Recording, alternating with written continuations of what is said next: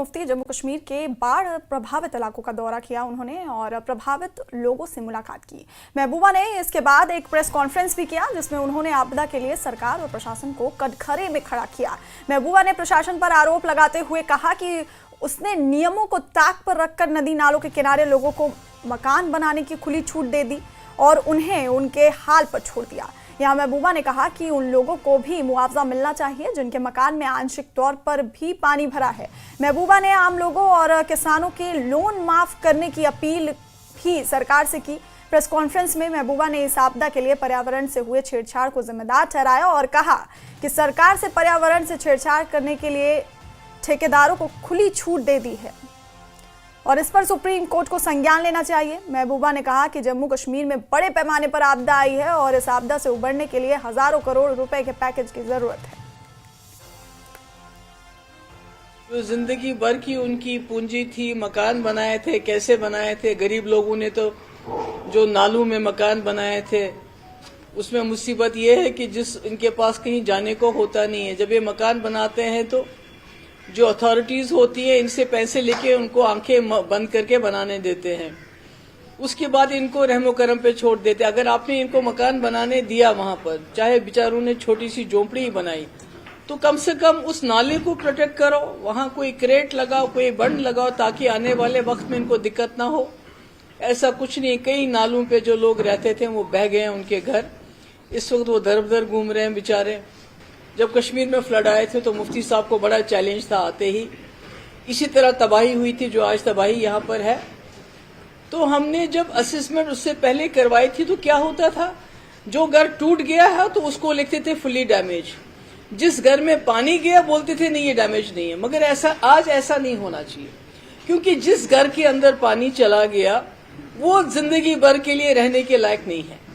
एक बार मकान में पानी चला जाए, मकान में पानी ठहर जाए तो वो खतरनाक हो जाता है। उस मालिक मकान को उसको तोड़ के नया बनाना। इसलिए मेरी सरकार से गुजारिश है, जब आप असेसमेंट करें तो ये फुल्ली और पार्शली डैमेज ना करें। फुल्ली डैमेज जिनके मकान खड़े भी हैं, दीवारें खड़ी हैं या मकान खड़ा है, उनको पूरा मुआवजा मिलना चाहिए। चाहे वो गाड़ी के लिए लोन लिया गया है, चाहे वो गाय भैंस के लिए हमारे जो गुजर तबके के लोगों ने लोन लिया है, चाहे हमारे किसानों ने लोन लिया है। तो मैं समझती हूँ कि सरकार को इस पे नजरसानी करनी चाहिए।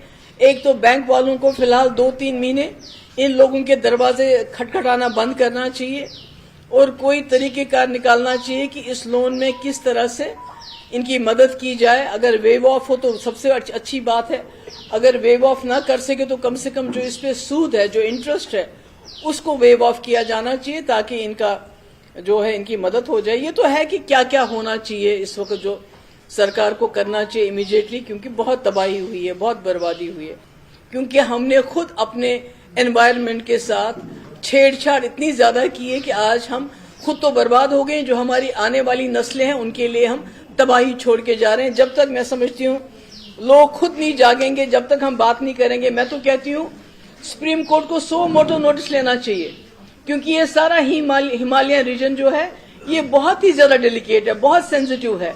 चाहे उत्तराखंड हो, हिमाचल हो, आज पंजाब भी बर्बाद हो गया है बारिश से, पानी से, दरियाओं से, और जम्मू कश्मीर है।